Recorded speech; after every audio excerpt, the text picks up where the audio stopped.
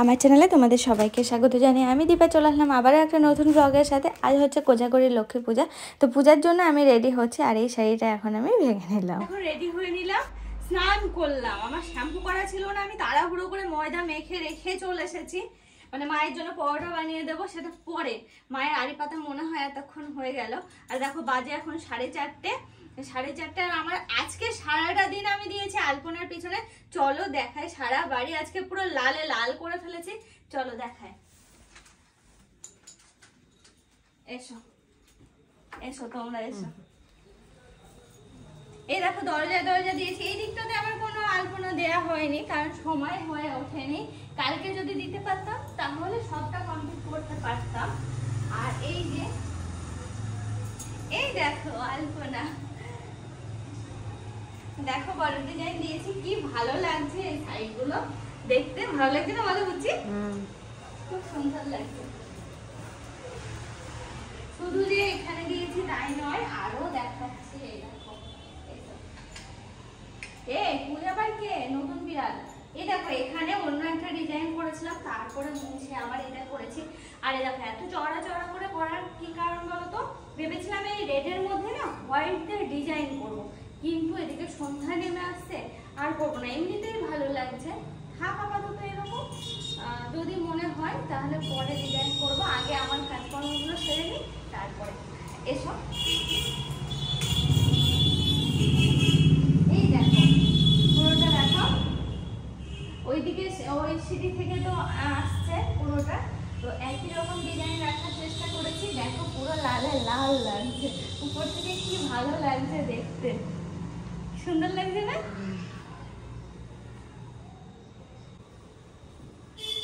এই দেখো আমি একটু নিচে যাই, একটু এই সাইডে এসো, বুঝে এই সাইডে এসো।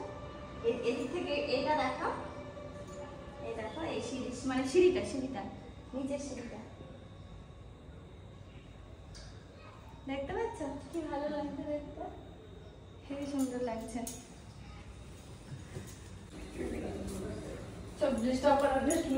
হ্যাঁ সব ঢিসমিস করে দিলাম, একটু ছবিও তুলতে দেয় না। হয়তো নিচ্ছে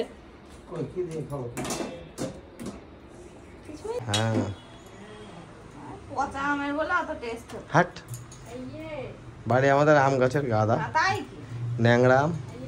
আগেকার বয়স্করা এসে কুড়িয়ে বাড়ি এসে পচা পুচকটা সব দিত। আমি বলি আম সব তো খাই, বলো না আম সব তো খাইনি। আমার দেখাবো খাইয়েছি না, খানে খানে না এ খায় দাদা নিয়ে কেন একটা খাওয়া কেন? এরকম দেখো কি সুন্দর লাগছে দেখতে। তোমার একটা ফটো তুলে দেবো? হ্যাঁ বুঝে একটা ফটো তুলে দিই, সুন্দর লাগবে। কোন দিক থেকে কোন দিকে তুলবো? এই আলোর দিকে, তো ওই দিকটা। এই দেখো আমাদের ফটো সেশন চলছিল এতক্ষণ ধরে, আর আমাকে এখন ভিডিও আর ফটো কে করে দেয় জানো? বুঝি তাদের কি বলতো অর্পণ থাকে না, তো ওই ঠিকঠাক ফটো তুলতে পারি না। তো বুঝে থাকলে আমার এটা একটু সুবিধা। এদিকে চলে আসো, তো দেখি পুজো টুজো বেরিয়ে যাক, তোমাদেরকেও এদিক সেদিক নিয়ে যাওয়ার ইচ্ছা আছে। বুঝি আমি তোমরা সাথে করে এদিক সেদিক যাবো। হ্যাঁ তো আমার তো বলে যাচ্ছি, এদিকের কাজ কমপ্লিট হয়ে গেল। আমি তো নিজে আজকে সেরকম কিছু করিনি, দেখলে সারাদিন আজকে এইসব নিয়ে ব্যস্ত। মা হচ্ছে এখন আড়ি বসাবে, এখন যাবো নিচে। তো চলো হ্যাঁ নিচে যাই, উপরে আসি। এখন কাল নিয়ে একটা লাইট নিতে আসলাম উপরে, এসে আমি বুচিকে দেখে নিয়ে চলে এলাম যে চলো বুচি যাই, আবার দু একটা ফটো তুলি। এই আলপনার সাথে ওকেও বেশ ভালো লাগছে। এই দেখো এখন এখানে এসে দাঁড়িয়ে আমার মনে হচ্ছে এই যে ডিজাইন করেছে, ডিজাইন এখনো কত কিছু করতে হতো, কিচ্ছু করা হয়নি। সব কিছু সময় বলো, অনেক সময় লাগে সব কিছু। আর যাই হোক আমি একটু বড় বড় করে করার চেষ্টা করেছি। বড় বড় করে করলে কি হয় বলবে, তাড়াতাড়ি হয়। আর ছোট ছোট কুচি কুচি ডিজাইন করলে অনেকটা সময় লাগে। খারাপ লাগছে না বলো, ভালোই লাগছে। চলো হ্যাঁ নিচে যাই।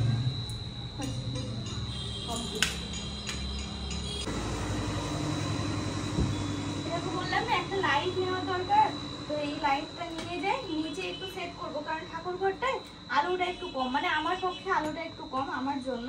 তো সেই জন্য আর কি একটু নিয়ে যাই, এটা নিয়ে গিয়ে সেট করি। এখন কি বলতো এটা আবার এই ব্লুটুথে কানেকশন করে নাকি আমি ঠিক জানিও না, কালার কি হয়ে আছে জানি না লাইটের। আজকে সারাদিন সেই সকাল থেকে লেগেছি, ঘরেই আসার টাইম হয়নি জানো। আর কি বলবো, মানে তোমাদের সামনে ভিডিও করছি ঠিক আছে, কিন্তু ভিডিও ঠিকঠাক পোস্টই করতে পারছি না। আজ যেমন সারাদিন নেট নেই, তোমাদের সামনে আসতেই পারলাম না। নেট নেই, এমনকি দুদিন নেট আসবে না, আমার অন্য কোনো ব্যবস্থা করতে হবে, নয়তো উপায় নেই আমার। সে আমি পুজোর ব্লগই তোমাদেরকে এখনো দিতে পারলাম না। ভাবো, লক্ষ্মী পুজো ভেবেছিলাম দিনেরটা দিনে আমি দিয়ে দেবো, কিন্তু এই অবস্থা কি করে দিই বলো। আজকে আমার সব থেকে পছন্দের ঠাকুরের পুজো, তো পুজোটা তো একটু স্পেশাল হওয়া চাই। তো দেখো না, পুজোর সমস্ত জোগাড় কিন্তু আমাদের মোটামুটি সব কমপ্লিটই হয়ে গেছে। না, এখনও আড়িটা বসানো হয়নি, ওটা হচ্ছে মা বসাবে। দেখো, দেখতে দেখতে সন্ধ্যা লেগে গেল, আর আমাদের বাড়ির পূজাটা হবে সন্ধ্যার পরে। ব্রাহ্মণ মশাই আসবেন সন্ধ্যার পরে। তো একটু ধুনো দিয়ে নিচ্ছি সারা বাড়ি, যেহেতু আজকে পূজা, তো ধুনো তো দিতেই লাগবে বলো, তাও আবার লক্ষ্মী পুজো। আজকের দিনটা সকাল থেকে বেশ ভালো যাচ্ছে। এই বাড়িতে বিয়ে হয়ে আসার পর থেকে এই হচ্ছে আমার জীবনের সব থেকে ভালো পুজোর দিন। কি বলবো, ঠাকুরের কৃপায় কারোর যেন নজর না লাগে। তো যাই হোক, দেখো, সমস্ত কিছু নিজে হাতে যদি কিছু করা যায় সেটা তো আলাদাই একটা ব্যাপার। মা এদিকে আড়ি বসাচ্ছে। না, আমি আড়িটা এখনও কোনো দিন বসাইনি, তো মাকে বললাম তুমিই বসাও। আর পুজোর সমস্ত জোগাড় মাই করে দিয়েছে। আমি তো আজ সারাদিন কী করলাম তোমাদের তো দেখালামই, ওই সমস্ত কাজকর্মগুলো করছিলাম। তার মাঝে কিন্তু মা উপোস আছে, এখনও পর্যন্ত আছে। যদি এখনও ব্রাহ্মণমশাই আসেন, মা পারবে পূজা করতে। তারপরে আমি চলে এলাম একটু ক্ষীরছানা করতে। মাকে বললাম তুমি একটু রেস্ট নাও, আমিই বানিয়ে নিচ্ছি। তো দেখো, এখানে আমি একটু ক্ষীরছানা বানাতে এলাম। আর আমার না ঠাকুরের ভোগের কোনো কিছু বানাতে আমার খুব ভালো লাগে, যেন মনে হয় মন থেকে সমস্ত কিছু বানায়। তারপরে চলে এলাম একটু ফল বানাতে, সমস্ত কিছু রেডি করে রাখি। কখন ব্রাহ্মণ মশাই আসবেন তার তো ঠিক নেই। হ্যাঁ, তবে হ্যাঁ, আমার এই ব্রাহ্মণ মশাই অবশ্য কথার দাম আছে, যখন বলেন মোটামুটি সেই টাইমের মধ্যেই আসে। আর জানো, আমার যে ব্রাহ্মণ মশাই পূজা করতে আসবেন, ওকে আমার মানে ওর পূজাটা আমার খুব ভালো লাগে। তো সেই জন্য আমি মাকে বলি যে লক্ষ্মী পূজাটা অন্তত ওকে দিয়ে করানোর জন্য, তাই করানো হয়, দেখবে তোমরা। আর এ দেখো, এদিকে কিন্তু তোমাদের সাথে কথা বলতে বলতে ফলও বানানো হয়ে গেল। আর ফল বানানোর পরে কি করব ভেবে পাচ্ছি না যে কি করা যায়। ওই যে ময়দা মাখা আছে, না হয় গোটা লেচি কেটে নিই। চলো যাওয়া যাক, এবার দেখি আস্তে আস্তে ফলগুলো সমস্ত কিছু ঠাকুরের এখানে। ও হ্যাঁ, আর ঠাকুরের এই ব্যাকগ্রাউন্ডটা কেমন লাগছে তোমাদের অবশ্যই কিন্তু জানাতে ভুলো না। দেখো, একটা সাদা পর্দার উপরে বেশ কয়েকটা ফুলের চেন আমি লাগিয়ে দিয়েছি, বেশ ভালো লাগছে না বলো? সুন্দর লাগছে। আমাদের যখন নিচে ঠাকুর ঘর হবে, আমি মনের মতো করে সাজিয়ে দেব ঠাকুর ঘর। এই ঘরটা তো একটু ছোট, তো মনের মতো করে সেরকম কিছু হয় না, তাও যতটা পারা যায় সেরকমভাবে সাজানোর চেষ্টা করি। তো দেখো, এখানে কিন্তু সমস্ত কিছু আমি এক এক করে রেডি করে রাখছি, মানে এখানটাতে সব কিছু গুছিয়ে ফেলছি, যাতে ব্রাহ্মণমশাই, কী বলো তো, আজকে যেহেতু লক্ষ্মী পূজা, তো আজকে খুব চাপ থাকবে ব্রাহ্মণমশাইয়ের, গুছিয়ে দেখে উঠতে পারবে না। তো সেই জন্য আমি চেষ্টা করছি সব কিছু একেবারে গুছিয়ে রাখতে, যাতে এসে পূজা করে চলে যেতে পারে। ঘর পুরো ধোয়াময় হয়ে রয়েছে। তো আমি সেই ধুনো দিয়ে গেছি, গিয়ে ঘরটা তো আটকে রেখে গেছিলাম ইচ্ছা করে, তো সেই অবস্থাতে তো আলতা পরবো বলে আসলাম, জানো তো। সবই করেছি, কিন্তু আলতাটা পরতে আমার খেয়াল ছিল না। আর নিচে দেখলাম মায়ের পড়া হয়ে গেছে, তো সেই জন্য নিচে পড়লাম না, উপরেই চলে এলাম। এই আলতা পরতে এসে একটা কথা খুব মনে পড়ছে। আগে ছোটোবেলায় দেখতাম মাকে একটা পাটকাঠির ডগায় একটু কাপড় জড়িয়ে কাপড় বেঁধে নিয়ে আলতা পরতো। তারপরে এই বাড়িতে এসে দেখলাম অনেকে ব্রাশ দিয়ে, মানে টুথব্রাশ দিয়েও পরছে, তা বাদে বার্স দিয়ে পরছে। কিন্তু আজ যখন আমি ব্রাশ দিয়ে পড়ছি, তখন আমার মনে হলো সেই ছোটোবেলার কথা, যে মায়ের আগে এই দিয়ে পড়তো, আর এখন দেখো কত সুবিধা, পড়তেও কত ইজি হয়ে গেল, কত তাড়াতাড়ি হয়ে গেল। তো ওই যে বলেছিলাম যে আমি পরোটার ময়দাটা মেখে রেখেছি, আটা ময়দা, তো সেটাই এখন ভাবলাম লেচি করে নিই, কারণ সেরকম এখন কোনো কাজ নেই, হাতের কাছে যা কাজ রয়েছে সেটা তো করি, সময়টা নষ্ট না করে, কারণ রাত্রেবেলা খাবার দাবার তো বানাতে হবে সবার জন্য। গেছিলাম ওদিকে ময়দাতে হাত দিয়ে দিয়েছি, তারপরে মনে পড়লো হঠাৎ করে, চলে এলাম। আগের কাজটা আগে সেরে নিই, তারপরে ওইসব করা যাবে। চন্দনটা বেটে নিয়ে তারপরে মনে হলো যে আমি প্রসাদের থালায় একটু ঘি মধু দিয়ে দিই, কারণ আজকে ওই যে বললাম ব্রাহ্মণ মশাইয়ের কোনো কিচ্ছুর সময় থাকবে না, যেহেতু লক্ষ্মী পূজার প্রচণ্ড পরিমাণে চাপ থাকে, কোনো রকমে এসে পুজোটা করে দিয়ে চলে যাবে। আর আমি সব সময়ের জন্য চাই মা লক্ষ্মীর পূজাটা যেন বাড়িতে সব সময়ের জন্য ঠিকঠাকভাবে হয়। প্রজ্বল্য প্রজ্বল্য হংসাহ অশ্বমাত্রিকা মন্ত্রস্য ব্রহ্ম ঋষি গায়ত্রী ছন্দ মাত্রিকা সহ দেবতা হল বীজনিশ্বাস মাত্রিকা আসন বিনিয়োগ ব্রহ্মণ ঋষয় নম গায়ত্রী ছন্দেশ মাতৃ সরতেন দেবতা হলব্যয় বিজব্য সর্বয় শক্তিভয় নম ওং অব্যক্তায় কিলোকায় নম ওং অব্যক্তায় গণে ব্যাঘ্রকৃত্তিং বিশ্বদাং বিশ্ববীজং নিখিল বহরং পঞ্চরত্র তিনেত্রাং নম শিবায় নম শিবায় ইয়াগাচ্ছি অতিষ্ঠ ইহো অত্রাদিষ্ট প্রদম পূজাঙ্গ্রিয়াং নম শিবায় ইন্দ্রায় পাদ্যদাবকায় নম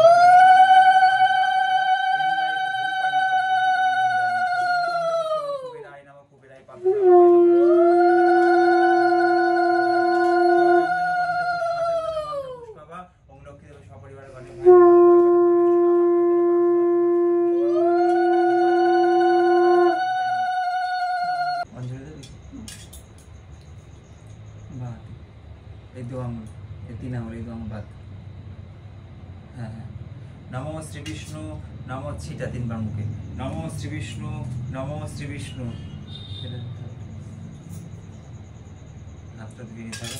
নম পবিত্র অপবিত্র বা সর্বাবস্থান গতঃ পিবা যশ্বরে পুণ্ডরীকাক্ষং সভান্তর্গম শুচি নমো শুচি নমো শুচি নমো শুচি নমস্তে সর্বদেবানাং বরদাসী হরিপ্রিয়ে জাগতিস্তৎ প্রপন্নানাং স্বামী ভূয়ার্থ দর্শনাথ এষ সচন্দন গন্ধ পুষ্প বিল্লপত্রাঞ্জলি শ্রী শ্রী লক্ষ্মীদেব্যায় নমঃ।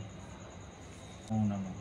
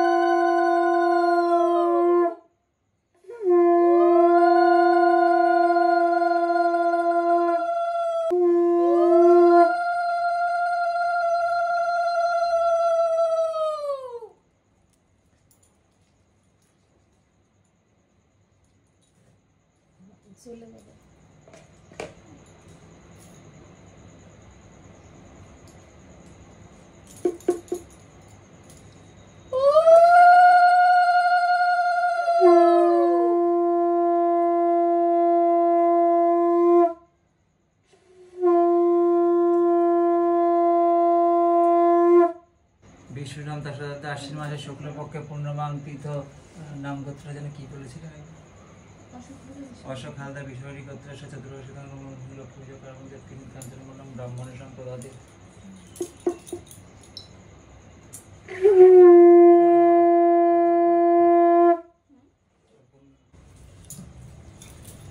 প্রণাম প্রণাম আমি নারায়ণটা নিয়ে যাবো আসো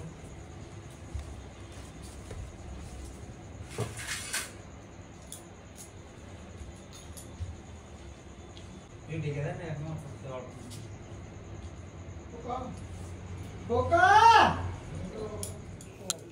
মায়ের মুখটা দেখো কি সুন্দর না, কি মিষ্টি, মুখটা দেখেই যেন মন প্রাণ ভরে যাচ্ছে। তো যাই হোক, দেখলেই তো আমাদের পূজা কমপ্লিট হয়ে গেল। তারপর আমি এখন আসলাম প্রসাদটা তোলার জন্য।